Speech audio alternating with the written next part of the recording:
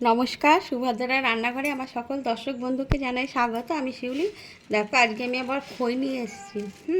তো খই আমাদের শরীরের পক্ষে ভীষণ উপকারী, আমরা সবাই জানি।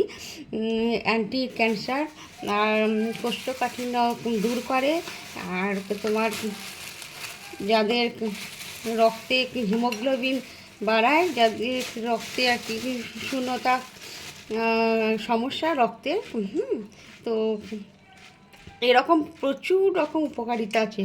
তো আমি আজকে ব্রেকফাস্টের জন্য একটা খুব এই উপকারী সুন্দর একটা খাবার আমি রেডি করছি, যেটা হচ্ছে খই দই। আমার ঘরে পাতা দই।